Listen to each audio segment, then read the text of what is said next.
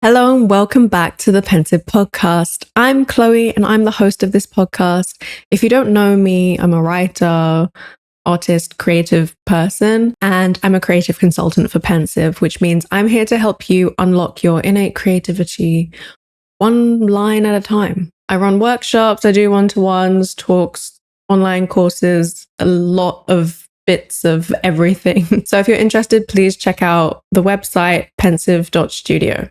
So in today's episode, I wanted to talk about storytelling and the role of the storyteller. And I thought about this primarily because of this YouTube video that I stumbled across that had like 60 subscribers and like 10 views. And it's the YouTube account of an American man who tells tales, folklore, myths, mythology. I don't know where. I think he does it at like Renaissance fairs. I think that's what that is. And I just found it so fun and I just found it fascinating. I was like, wow, this is so fun. His name is Blue Bo Bo Bo Bo or something. It's crazy. I really enjoy his channel. So shout out to this man for inspiring this whole line of thought. It made me think about the role that story has in my life and in other people's lives, and the role of the storyteller and what it means to tell a story and what it means to carry story. So I want to start this off by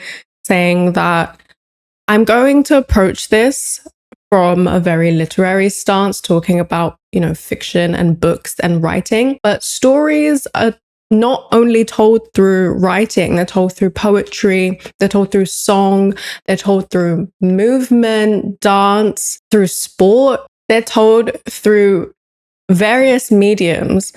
And maybe we just don't realize that what we are looking at and what we're experiencing is a story. And I also think that the word story is like kind of, I guess you could think about it as kind of juvenile, because everyone talks about their own narrative and reframing the narrative. And this is my narrative. It's just a grown-up word for story. And in that same vein, we have our personal stories, the stories that we tell about ourselves, and the stories that we hear about other people, and the stories that pervade the zeitgeist and the collective consciousness, and the stories of the past. And just there's so many stories interweaving and interlocking with each other at any given moment that goes beyond the realm of fantasy and the imagination, which is also a huge part of storytelling. So that's the preface, that's the premise of kind of my thinking to do with storytelling. Recently, I started going to a writing group. I call myself a writer, and I decided, I'm gonna do this. If I'm gonna call myself a writer, I have to write. I have to write consistently. I have to actually do the thing that I'm talking about. So I love an activity. I love a group activity. I'm quite like a solitary person, but when it comes to activities, I'm like, yeah, let's go, group activity time. I love just putting things in my schedule. That's an aside. Anyway, I've joined a writing group, and it's not about critique or feedback. It's the body doubling type. So we all sit in silence next to one another and just write, which I'm finding is very, very helpful. And it's not that I have a problem with sitting down and focusing, writing. That's never been an issue for me. I think that what's really helping is that when I go to these places, I can be with other people and discuss their projects, and I can also be in a new place where I could observe new things, because I find that I write best from a place of novelty and observation, aka nosiness. I love to just look at people and create my own stories about them in my head. So there's a lot of things going on in this writing group. And what I really like is that in the breaks and slightly before and after, people will sit and politely discuss their writing project. And obviously everyone's really excited because they're there to do something that they have been thinking about. There's an idea they want to explore, something they really enjoy, and everyone's just kind of trying to be like, yeah, I've got this idea. It's been sitting in my head for a while, and you can tell there's like an underlying, like, palpable excitement of getting to talk about this thing that you've wanted to do for ages. And that's just really nice, I think, as well. The other thing is, in the group, most people are writing fiction, and there are a lot of fantasy writers. So there's like high fantasy, lots of imagination, lots of different realms and ideas and very wacky concepts and stuff. And I'm kind of like the lone non-fiction essay writer, because I take my Substack essays there, and I also take my personal writing there, which is non-fiction. I do have the capacity to imagine within me, best believe. But for some reason, when I write, it comes out in a kind of non-fiction lyrical essay kind of way. For me, it's great because I get to hear about all of these like really cool ideas and concepts and plots and structure, and everyone's different approach to it and how they came to that idea and what inspired them. And I love talking about fantasy in general, just like imagination and ideas and things in your brain. An additional fun part on top of the actual writing part is the talking about writing part, because anybody can write. Writing is very accessible for everybody, and having an idea and being able to tell a story is very accessible for anybody. You have a mind, you have a brain, you have an imagination. Let's go, let's tell a story. And there's probably a story within us all, even if it's just our personal story. I think that we all have something that needs to be said or wants to be said. For me, it's just really heartwarming to think that we can all be brought together through the power of writing and storytelling. Even though I am currently writing nonfiction, I still have just this in common with fiction writers, because what I've come to understand about writing in general is that whatever genre or way, or like fiction, nonfiction, essay, prose, poetry, whatever, they all have storytelling imbued within them. It's all encased, like what you're doing is encased within a story. We all have something that we want to say, whether it's about our lives or adjacent to our lives. Like, even if their story is like about fairies and a wolf and a vampire or whatever, it still has some kind of truth belonging to it that is something that they want to express through a fairy's voice, through the medium of fantasy and fairies. And I think there's something very affirming about seeing a group of strangers being completely united by their need to tell a story, because that's very human. That's the connection that we're all kind of wanting. And even in silence, we're all connected by a need to just get something out there that we want to say. Like when you sit amongst in this group of people just in complete silence, you kind of, there's like a mutual feeling of excitement and of respect of what we're trying to achieve. And that's why like these writing groups, well, the one I found anyway, is really nice. Everyone's there to encourage one another. So in my last writing group, there was a teenager who came along with her mum, and she's sitting there with her pen and paper, like very focused in the flow, and her mum's sitting opposite her with her book. And, we're all typing away on our laptops and everything. And I don't know why I got so emotional, honestly. It was just, I think the quiet support of her mother being there to chaperone her, and I thought, like, what kind of conversation they must have had. This girl saying, like, I want to write, I want to do this, I want to take this seriously, and her mom saying, like, okay, well, if you're going to do this, so we're going to do it properly. The fact that she's there with her, obviously because she's younger and she doesn't want her to be on her own, it's probably like after school or something, but she's also like with her. It's that point of connection where she's saying, like, I see you and I know what you want to say, and you want to say it so badly that I will be there to support you. And the validation of her daughter's need to express herself and to tell her story and to dream and to imagine. And I thought that was just like so pleasant. I thought, well, more than pleasant. I really, really enjoyed seeing that. And it made me think about and reflect on why I was there and why everyone else was there, and kind of, what is bringing us all together, which is the need to tell our story. The other side of this is not only as a writer, as a reader, you want to learn about people, you want to read other people's stories and know them and understand them. I've run a book club.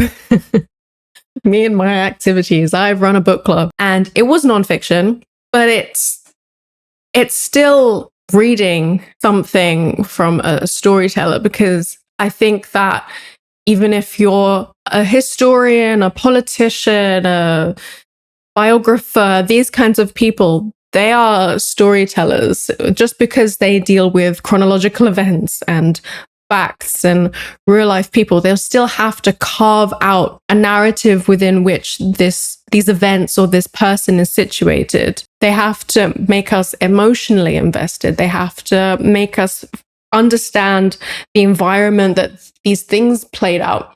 They weren't there. We were not there. We have to grasp what it is that happened in the Battle of 16, whatever. And so that's why we're given not just first person accounts, but they give us the emotional and circumstantial and like narrative realm within which these people lived. And so when we think about a particular historical period, we don't think about this happened, then this happened. We think about what it must have been like, what it must have felt like, and how this individual's actions led to this, and how that person felt about it. And then there's so much more to it than somebody didn't like someone else's queen and then they invaded and then they chopped off their head. Like, because there are individuals involved within this, they play their part as essentially characters within this story. And so in this book club, we read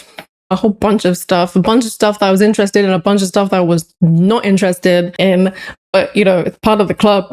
You got to read the book. The worst thing is when you go to the book club and people turn up to the club that have not read the book. That's the point of book club. Number one rule of book club is read the book. But whether we were talking about economics, or philosophy, yay, it still had within it the author's perspective, what they chose to tell, what they chose to omit, what framework, like what did they choose to focus on, and how did they contain that story in order to get across a message or a certain understanding. We talked about how the actual book progressed, not just the sequence of events, but how the writing took us from one place of understanding to another, and whether it was convincing, whether we liked it or not, and why. Like, these are things that cross over and correlate to both fiction and non-fiction.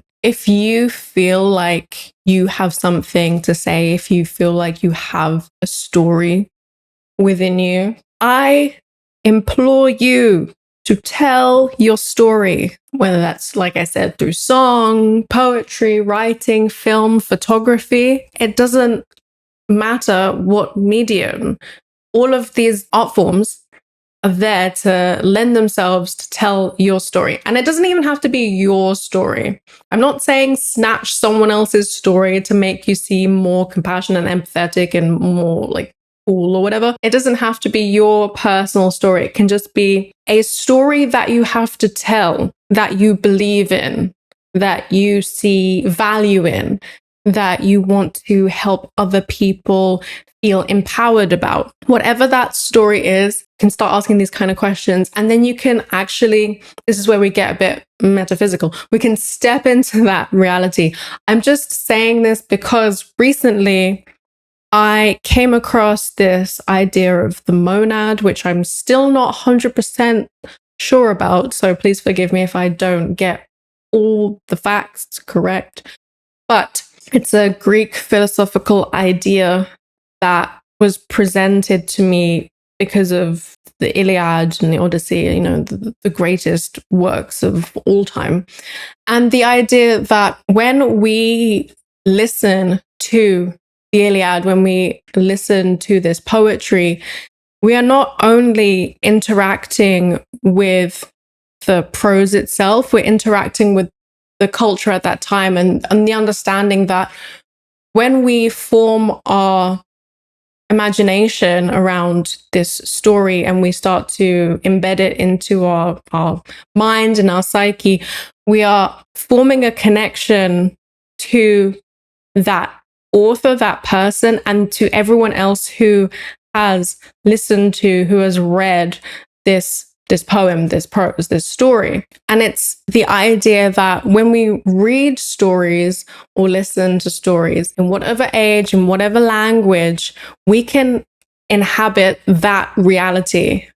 We can understand it. We can co-create it with both the author and the other people that have also read this story, because it's a construction within our own mind, if that makes sense. When you read a book and you start to imagine exactly what the characters would look like and how they would sound and what kind of world they inhabit, that is a real thing that exists within your own mind. For example, if I read a story that was written in the 1970s, of course, I don't live in the reality of the 1970s, but within my mind, I can transport myself to that time period and connect with those people at that time. And so it's kind of understanding that we can be in a liminal space, this place of being and non-being and existence and imagined reality and perceived reality and constructed reality, all through words, essentially. And the fact that every human has the capacity to do this. So it brings us towards this point of connection, this point of unity, just through words. Because no matter, like I said, our age, our language, or even at which point we receive the words, at that point, we are all in that same time and existing space together. Please tell me you managed to follow along. If you didn't, I don't know. I don't know what to tell you. Read the Substack article. Another example of that is, okay, let's say this podcast, you listener, viewer, whoever's listening right now, you will experience this differently depending on where you are in your life, the time that you watch it, when I post it, or if you watch it a year later, the way you experience it is going to be different. But right now, as you're watching it, we are experiencing this story in the present moment together. So I may have filmed this in the past, but right now I'm here with you, and this is the reality that we are constructing together because I understand you and you see me and we're connecting. This is the monad. This is the power of story. It's the power to bring everybody from different backgrounds, religions, ideas, understandings, all come together to one point. And of course, we can reflect on and perceive this thing slightly differently, but we're all here together. It stretches across time and existence and age and everything, and time is collapsed in one central point, and that is the monad. The great thing and the scary thing about storytelling, especially when it's your own story, is that you feel like, yes, I've got something to say, but that initial opening up is a very vulnerable experience because you're opening up to an audience, and audiences these days are very harsh, very critical, very unforgiving at times. If you say, or if you start to think, if I say this, I'll be ridiculed, and so I'm not going to say it, I'll just keep it to myself, or I shouldn't say this, unless it's like homophobic or racist or sexist or whatever, it's probably okay. I say probably, emphasis on the probably. I don't know how far you want to push, but like, it's probably okay.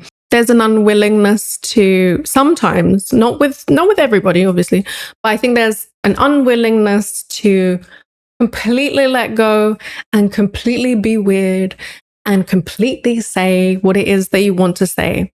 But that's like the most important part of the storytelling.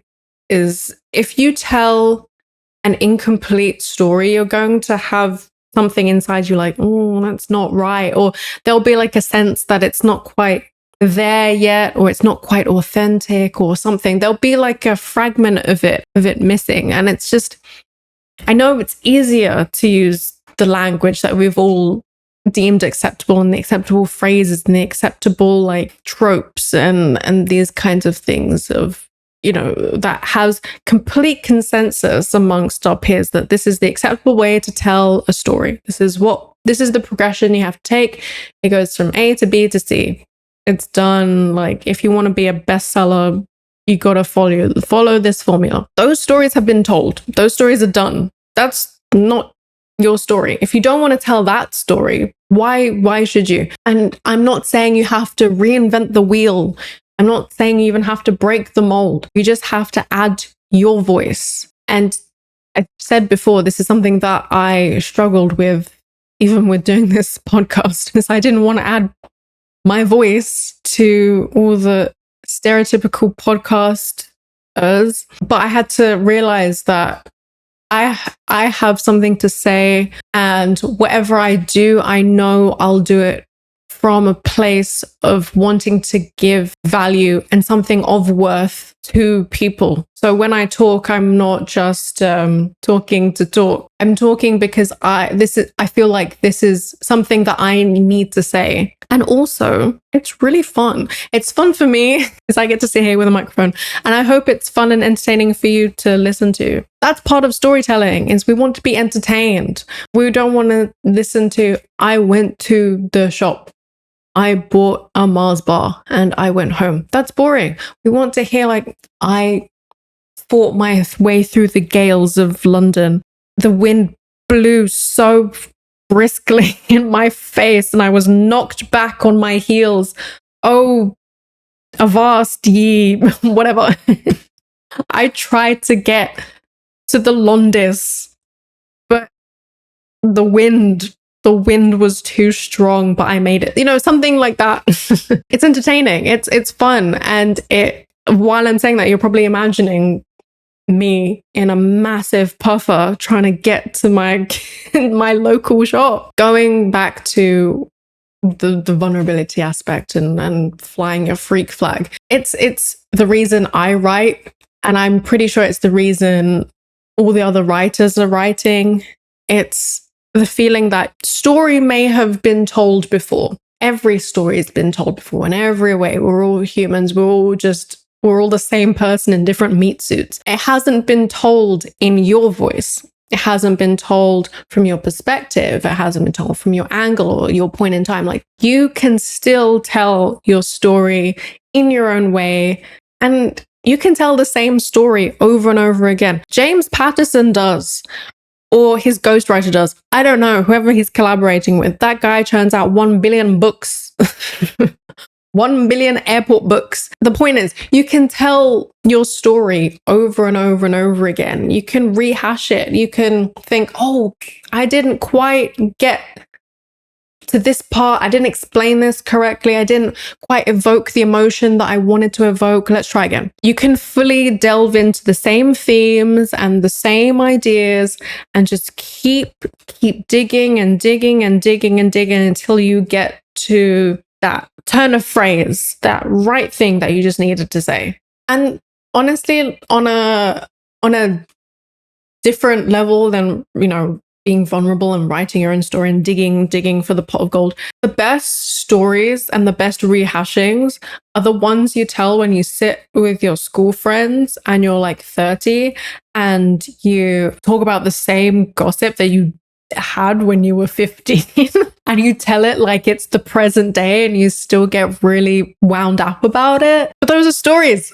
Those are stories. It's just really fun because, again, everyone has their own angle on what happened when you were 15 and that person started dating that person and then there was a scandal and then something else happened. What's really cool about those kind of particular stories that we tell over and over again that are very, very entertaining is that when you start to talk to your friends about things from the past or things that happened years ago, they talk about you and how they saw you.